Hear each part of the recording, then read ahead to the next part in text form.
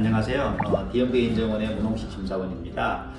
유튜브 채널에서 경영 시스템을 시리즈로 각각의 조항별로 정리해서 올리고 있습니다. 이번에는 5항 경영 책임에 대해서 리더십에 대해서 정리해서 우리가 어떻게 경영 시스템에서 리더십을 세우고 경영 책임에 대해서 또 이해관계자들의 요구나 고객의 또 이해관계자 리스크를 잘 지혜롭게 대처할지 알아보도록 그렇게 하겠습니다. 이후에도 연속해서 채널에 컨텐츠를 올리도록 하겠습니다.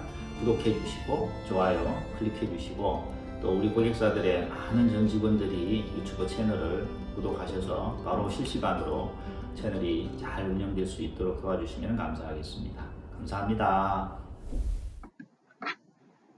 안녕하세요. DMV의 문홍식 심사원입니다. 지난번 그 경영 시스템 요구사항 해설 시리즈 4항에 이어서 오늘은 5항 리더십과 관련되는 요구사항의 핵심을 간략하게 정리를 해드리도록 하겠습니다. 이게 여러분입니다. 여러분 회사입니다. DMV의 고객이죠. 여기가 경영 시스템을 DMV가 의도하는 환상적으로 잘 수립을 해서 실행하고 지속적으로 개선하고 있는 환상의 섬입니다. 여기까지 잘 안착하셔야 되겠죠. 품질, 환경, 안전, 보건 전문가로서 여러분들이 이 섬으로 잘 안착할 수 있도록 교육, 심사, 또 다른 경영 시스템의 지원을 통해서 우리 고객의 길잡이가 되어 드리려고 합니다. 경영 시스템의 표준은 그 상위 레벨 구조라고 하는 HLS 구조가 1항에서부터 10항까지 10개의 조항으로 이루어져 있고요. 1항, 3항까지는 서론이고 실제 요구사항은 4항부터 10항까지로 구성이 되어 있습니다. 4항은 조직의 상황, 컨텍스터, 또 5항은 리더십, 기획, 지원, 운영, 성과평가, 개선. 오늘은 리더십과 관련되는 요구사항에 대해서 구체적으로 살펴보고 여러분들이 리더십에 대한 요구사항을 잘 이해할 수 있는 이런 시간이 됐으면 좋겠습니다. 복습 의미에서 경영 시스템의 모델은 PDCA 4개의 사이클로 구성이 되어 있다. 이렇게 우리가 이전 콘텐츠에서 배웠습니다. 계획을 수립하지 않는 것은 실패를 계획하는 것이다 라는 명언이 있습니다. 어떤 철학자가 한 말인데요. 기획 단계에서 어떤 리스크가 있는지 그 리스크를 잘 식별을 해야 됩니다. 이전에서 배웠던 우리가 4항에 나오는 이해관계자들의 다양한 요구 또 어떤 조직 내부 외부의 어떤 이슈 이런 것들이 잘 파악이 되고 반영이 돼야 되겠습니다. 그리고 고객이나 이해관계자들의 요구와 기대치가 기획 단계에서 반영이 되고 특히 환경이나 안전보건에 대한 법규 준수, 규제, 기관들에 대한 요구사항들은 반드시 운영 단계에 반영이 돼야 됩니다. 그래서 플래닝을 잘 하라는 요구사항이 6항에 준비가 되어 있고요. 그리고 실행한 대로 운영을 잘 해야 되겠죠. 이게 두 번째 바퀴에 해당이 되는 운영 관리입니다. 그리고 운용의 결과로 제품과 서비스는 고객에게 제공이 되고요. 고객 만족으로 이어져야 되겠죠. 그래서 제품과 서비스는 어찌됐건 만족이 되어야 됩니다. 그리고 종업원 포함해서 규제기관이나 이해관계자, 고객 이런 다양한 계층에서 만족을 하게 되는지 우리가 성과에 대한 평가, 준수평가 이런 것들이 필요하게 됩니다. 이게 이제 세 번째 바퀴에 해당이 되는 평가에 해당이 되는 체크 바퀴고요. 마지막으로 이런 결과를 가지고 지속적으로 유지하고 또 개선을 해 나가야 되겠죠. 액션을 해야 되는 요구사항으로 봐주시면 되겠습니다. 그래서 이 액션에 해당이 되는 지속적 개선의 바퀴가 마지막 네 번째 바퀴가 되겠습니다. 그래서 우리는 계획한 대로 실행이 됐는지 실행한 결과가 피드백을 통해서 개선이 필요한 것은 없는지 파악을 해서 지속적 개선을 도모하는 네 바퀴의 경영 시스템 모델을 공부했습니다. 어떤 프로세스를 수행할 때에 입력 단계에서 좀 전에 말씀드린 리스크를 잘 파악하는 것 굉장히 중요하고요. 그래서 한번 따라해 보도록 하겠습니다. 리스크에 따른 기획의 범위가 결정이 돼야 된다. 리스크는 일반적으로 부정적인 영향으로 나타나는 결과로 이어지고요. 또 기회는 반드시 긍정적인 걸로 이어지는 경우가 많습니다. 그래서 리스크를 기회로 잘 활용하는 것이 굉장히 중요하죠.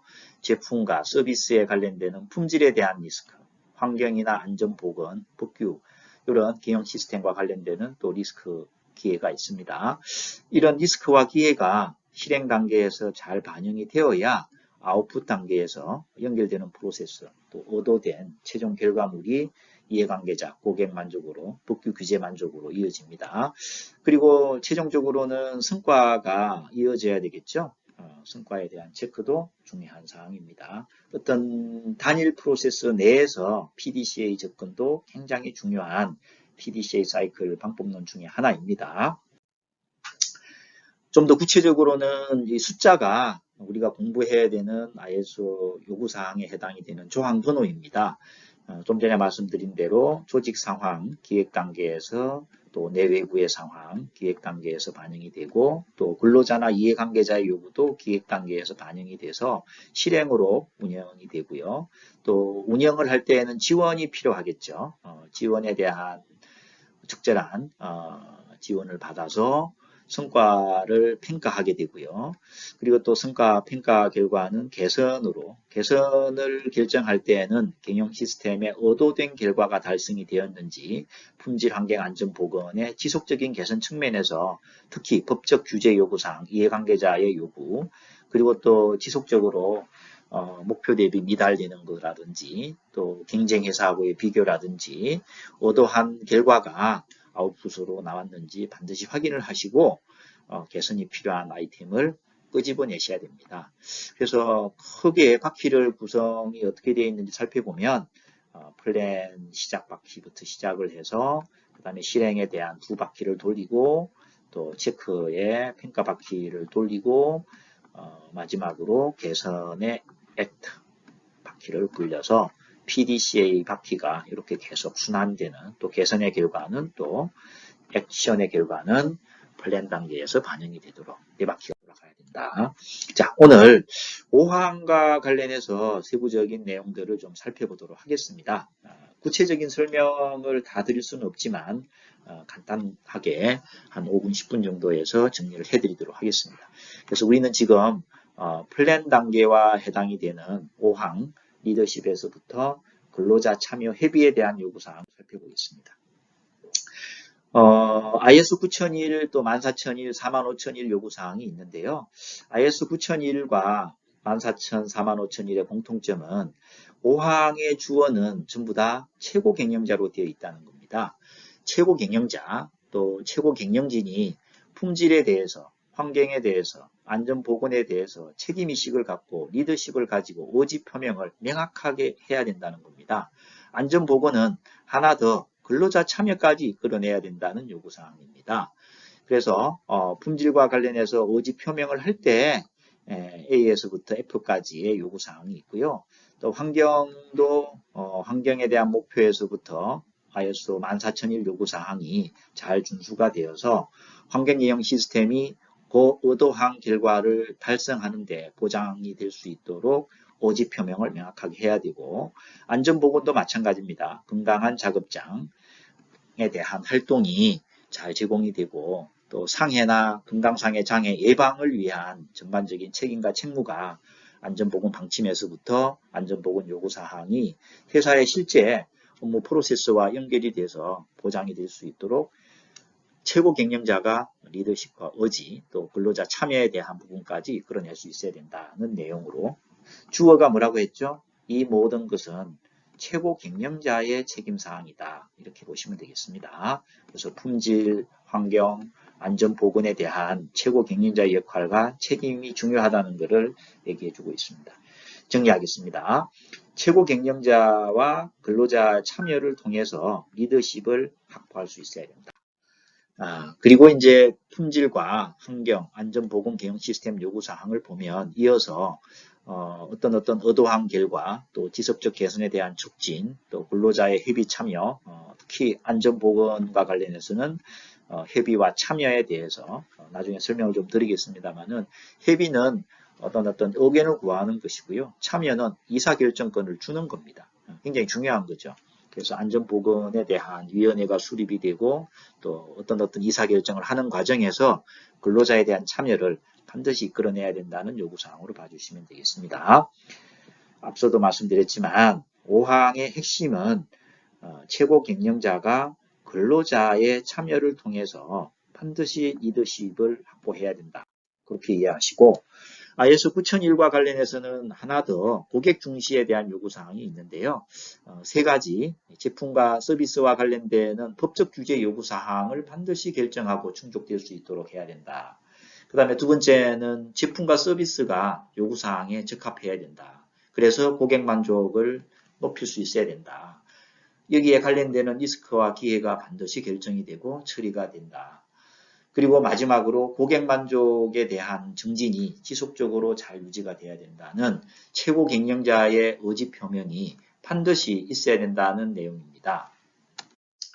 그리고 두 번째 요구사항은 방침을 수립하라는 내용으로 보시면 되겠습니다. 자, 요 그림 한번 보죠. 여기 뭔지 아시죠? 요거는 이제 우리가 사격이나 이렇게 그 스포츠 이렇게 관람할 때에 우리나라 선수들이 양궁에 대해서 금메달을 많이 따죠. 금메달 따려 그러면은 10점에 해당이 되는 요 맨 안에 있는 여기에 화살이 들어가야 됩니다. 자, 이 빨간색은 방향이죠. 어느 방향으로 화살이 날아가야 되는지 화살이 엉뚱하게 이렇게 날아가게 되면은 찾을 수가 없죠. 간중석으로 날아가게 되면은 위험에 빠질 수가 있습니다.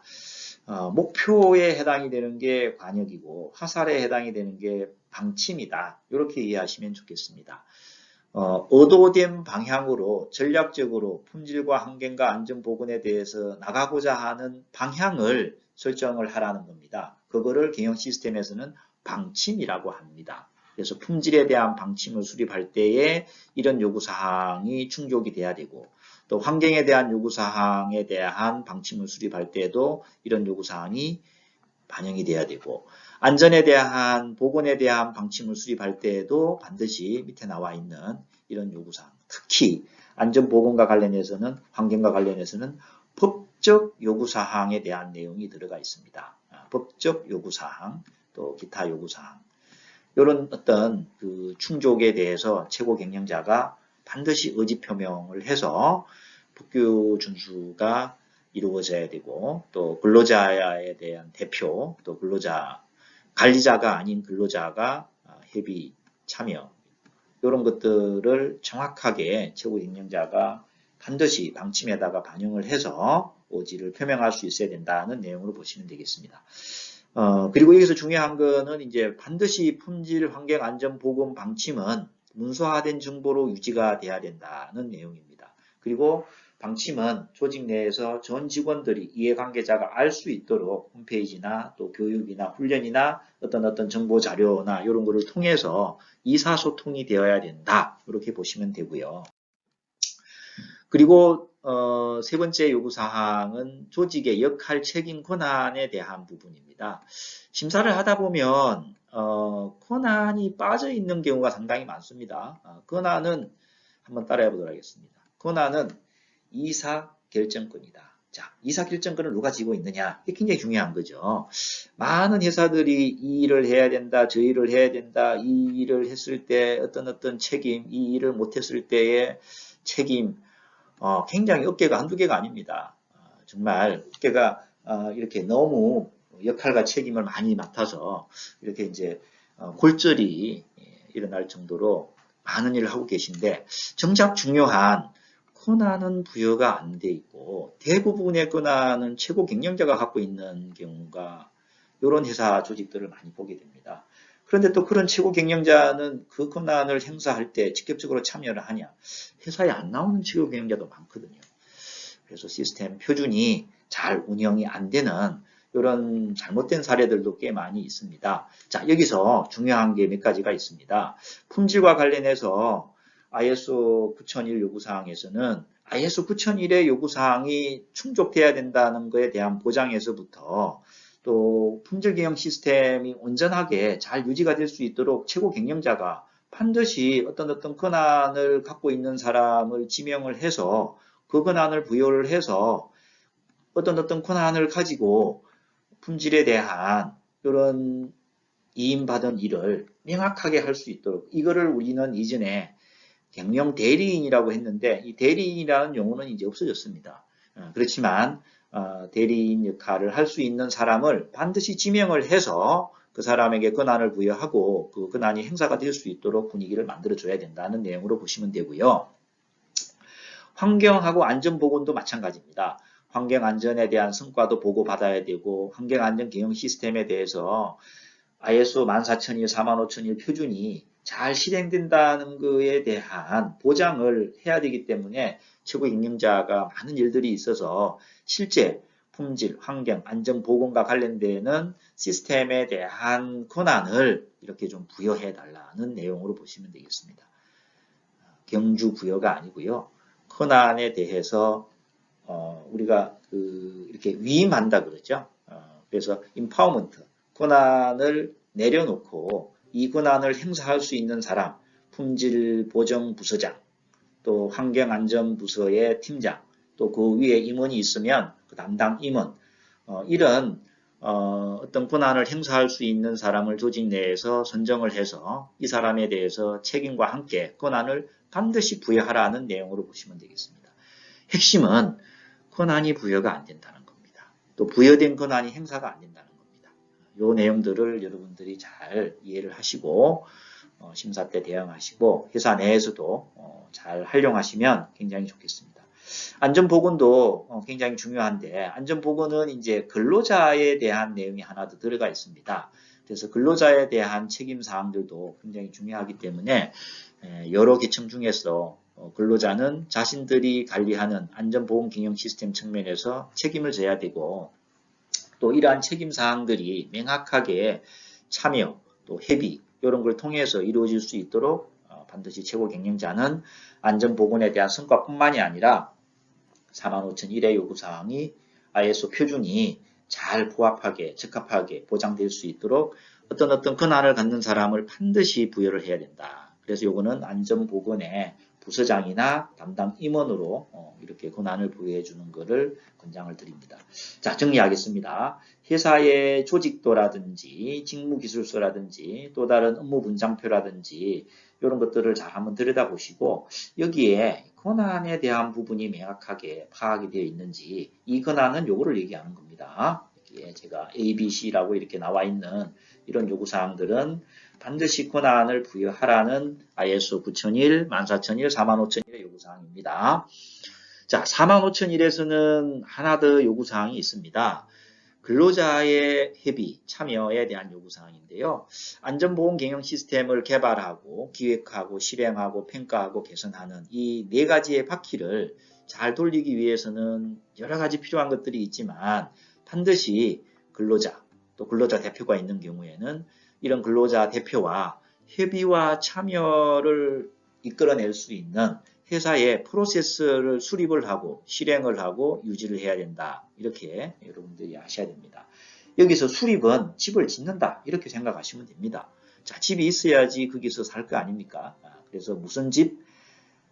근로자와 근로자 대표와 또 종업원 대표와 협의와 참여를 할 수 있는 집을 지어야 된다. 그거를 우리는 의사소통 프로세스라고 흔히들 얘기를 합니다.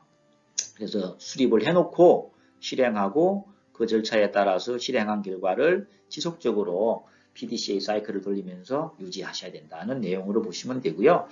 참여와 협의에 대한 내용은 여러 가지 요구사항이 많은데요. 우리가 보통 협의라고 하면은 도움을 이끌어내기 위해서 상담을 하거나 교육을 하거나 또 현장에 가서 어떤 조사에 대한 협조를 구하는 거 이런 것들이 이제 협의가 될 수가 있고요. 참여는 어떤 방법이나 어떤 원인을 결정할 때에 권한을 넘겨주는 걸 얘기합니다. 그래서 IS 요구사항에서는 관리자가 아닌 근로자와 관련해서 협의해야 되는 요구사항이 9가지가 있습니다. 좀 이렇게 과하다고 생각할 수도 있겠지만은 반드시 하셔야 됩니다. 여기서 협의는 이렇게 의사결정을 하기 전에 어떤 이견을 구하는 협의체나 요 노사 협의의 활동, 안전보건에 대한 협의체 운영 이런 것들은 모범적으로 잘 하는 것 같습니다. 거기에 반해서 위에 나와 있는 이 빨간색으로 식별되어 있는 이 참여에 대한 것은 좀 잘 안 되는 경향이 있습니다. 참여는 또 7가지 정도의 요구사항이 있습니다. 그래서 협의를 할 때에 반드시 협의의 대상은 이해관계자의 니즈, 결정할 때, 안전보건 방침 수립할 때, 또 책임 권한 부여할 때, 법적 요구사항이나 기타 요구사항에 대한 어떤 방법을 결정할 때, 또 목표 수립에 대한 달성 방안을 기획할 때에, 또 외주 처리나 계약자 선정, 이런 방법을 정할 때에, 또 모니터링하고 측정하고 평가하는 방법을 정할 때에, 또 내부 심사나 외부 심사에 대한 기획, 또 수립 실행 유지, 또 지속적 개선 보장, 이거와 관련되는 것들은 반드시 독단적으로 하지 말고 관리자가 아닌 근로자와 협의를 해서 하라는 내용이고요. 그 다음에 이제 마지막으로 참여입니다. 참여는 굉장히 권한을 넘겨주는 거기 때문에 관리자가 아닌 근로자가 반드시 이 7가지에 대해서는 참여를 해야 됩니다. 자, 첫 번째가 근로자하고 협의하고 참여하는 방법, how to, 결정할 때에 반드시 참여, 어떤 건을 줘야 된다는 겁니다. 그리고 위험 요소 파악하고 리스크 기회 평가할 때 반드시 참여시켜야 되고요. 또 위험 요소에 대한 리스크를 잘 식별을 했으면 제거할 때에도 감소시킬 때도 반드시 참여를 시켜서 결정을 해야 된다. 그리고 역량이라든지 교육 훈련, 어떤 교육 훈련에 대해서 또 평가를 할 때 평가하는 방법이라든지 이런 걸 포함해서 반드시 관리자가 아닌 근로자의 참여가 필수적이다. 그리고 이제 의사소통에 대한 방법 정할 때, 또 관리수단과 방법, 이런 것들을 정할 때에, 마지막으로 인시던트라고 그러죠. 사건, 사고의 범주보다 훨씬 높은 겁니다. 아차 사고나 위기 일발, 돌발 상황까지도 다 포함하는 인시던트, 사고까지 포함해서 이런 문제가 생겼을 때의 부적합을 조사하고 시정조치를 결정할 때 누가 참여해야 된다? 관리자가 아닌 근로자가 참여해야 된다. 자, 근로자 참여 협의에 대한 비고 노트가 나와 있으니까요. 참조해 보시고. 자, 정리하겠습니다. 안전보건에는 5.4조항에 근로자 협의와 참여에 대한 요구사항이 있는데 9가지의 협의사항, 7가지의 참여의 요구사항이 있었다. 참여는 의사결정 과정에서 반드시 권한을 가지고 참여하는 것을 말하고요. 협의는 의사결정 전에 의견을 구하는 협의체나 안전보건위원회 노사협의회를 말하는 것이다. 그래서 안전보건과 관련해서 근로자 대표의 협의와 참여를 위한 프로세스가 반드시 수립이 되고 실행이 되고 유지가 되어야 된다. 이 모든 것에 대한 책임은 최고 경영자가 지고 리더십과 의지 표명을 해야 된다는 요구사항으로 이해하시면 되겠습니다. 자, 오늘 여기까지 리더십과 관련되는 요구사항을 알아봤고요. 다음 시간에는 6항, 마법의 조항이라 그러죠. 리스크를 기회로 다루는 조치, 또 이 과정에서 목표를 수립하고 목표 달성을 위한 방안을 기획하는, 마지막으로 변경에 대한 기획하는 요구사항에 어떤 것들이 있는지 살펴보고, 또 여러분들이 이런 요구사항을 기반으로 해서 업무에 잘 적용하는 이런 유능한, 그리고 리스크를 기회로 잘 조치하는 여러분 지혜로운 관리자가 되시기를 응원합니다. 자, 오늘 여기까지 하고 마무리하도록 하겠습니다. 수고 많으셨습니다. 여러분 안녕. 다음 시리즈에서 뵙겠습니다. 네, 이렇게 해서 경영 시스템에 대한 요약을 간단하게 해봤습니다. 앞으로도 이렇게 경영 시스템 요구사항을 각 항목별로 시리즈로 간단하게 요약을 해서 심사 때 주안점, 또 내부 심사나 고객 대응에서 어떤 내용들을 회사에서 준비를 하셔야 되는지 간략하게 정리해 드리도록 하겠습니다. 이후에도 유사하게 각 시리즈로 콘텐츠 제작해서 올리도록 하겠습니다. 좋아요 눌러주시고 또 구독해서 이후에 콘텐츠 제작에 도움이 될 수 있도록, 우리 고객사들의 많은 분들이 이 유튜브 채널을 이용을 해서 배우고 또 심사에 대응을 잘할 수 있도록, 그래서 경영 시스템을 올바르게 운영할 수 있도록 DMV가 적극적으로 지원하도록 하겠습니다. 안녕.